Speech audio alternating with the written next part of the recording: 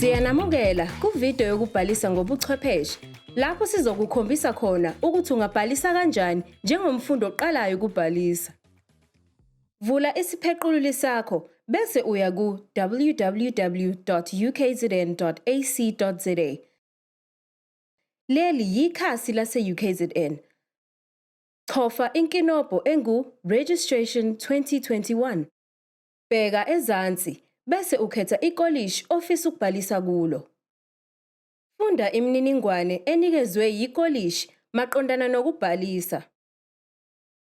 Bheka ezansi bese uchofa ilinki go to https://sc.ukzn.ac.za ukuze uqale inqubo yokubhalisa. Lokhu kuzokuyisa ku-Student Central, ingosi yabafundi base-UKZN esemthethweni. Ngaphambi kokuthi siqale, sicela ungasebenzisi imicibisholo obuyele emuva esipheqululini sakho. Uma ufisa ukubuyela emuva, sicela usebenzise izinkinobho ezingaphakathi kohlelo. Sicela ubhale inombolo yakho yomfundi bese ukhetha ukuqhubeka. Lokhu kuzokufaka ku-Student I-Enabler. Kwi-panel engakwesobunxele, chofa ku-UKZN Web Registration. Lokhu kuzokunikeza izinkinobho okudingeka uzilandele ngokulandelana kwazo. Chofa ku-View Online Registration Process. Lokhu kuzokwethula umhlahlandlela wokuthi ungabhalisa kanjani. Uma uphazamisekile, buyela kulo mbhalo. Okulandelayo khetha Rules and Regulations. Uyacela ukuthi ufunde lo mbhalo bese ukhetha okokwamukela ekugcineni kwawo. Ngeke uvunyelwe ukuqhubeka nokubhalisa uma lokhu kungamukelwanga. Bese ukhetha Address Validation. Uphawu lwenkanyezi ebomvu lukhombisa okufanele ukugcwalise. Ungabuyekeza ikheli lakho leposi nelokufunda lapha bese ukhetha ukuligcina. Khetha Personal Contact Details. Sicela ubheke ukuthi inombolo yakho yocingo nekheli le-email ilungile yini, njengoba lokhu kuzosetshenziswa njengendlela yokuxhumana phakathi kwakho nenyuvesi. Chofa ku New Registration. Uma uneziqu eziningi onikezwe zona, kuzodingeka ukhethe okuyiyona efaneleke kakhulu. Qinisekisa ukuthi iziqu ozibonayo yizona.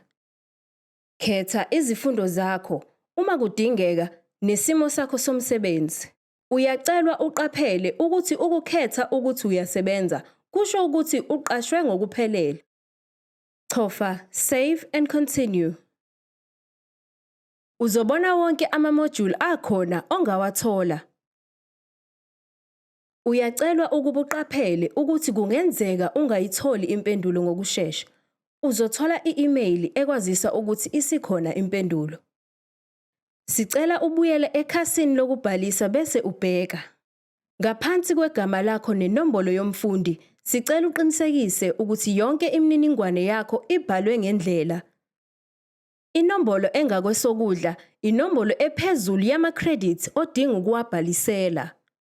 Khetha ama-module akho, ukhumbule imithetho eqoqweni ngalinye lama-module kanye nenani lama-credits onyaka.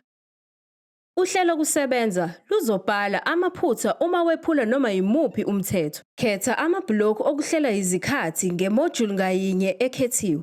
Uqinisekise ukuthi awukhethi amabhlokhu afanayo wama-module kwisemester efanayo.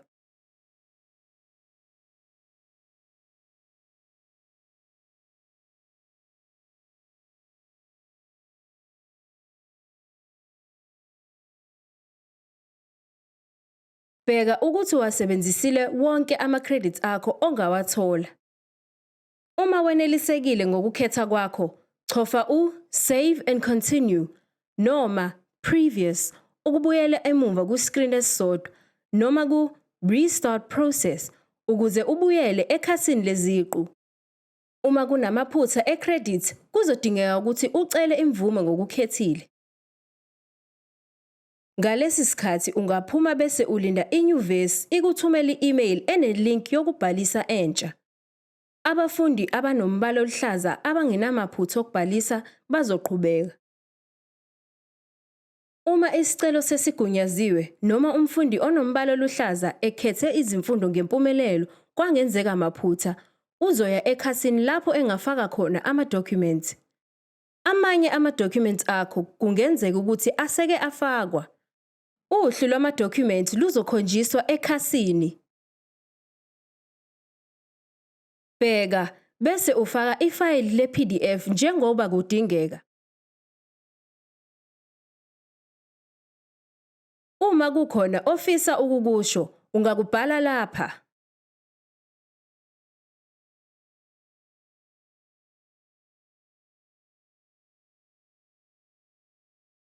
Uma sesithunyelwe, kuzovela isaziso esithi isicelo sakho sithunyelwe futhi ikolishi lizokuphendula.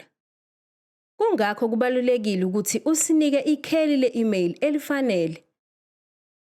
Ungaphuma bese ulinda i-email evela ekolishi. Uzokwaziswa uma amadokhumenti afakiwe ehambisana nezidingo noma kudingeka uphinde uthumele kabusha.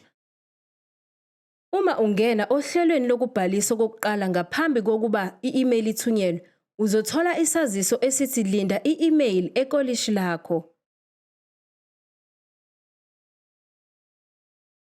Uma usuvunyelwe, chofa ku-New Registration futhi uzoboniswa isifunyezo samamodyuli owakhethile. Uma kukujabulisa, ungachofa ku-Continue.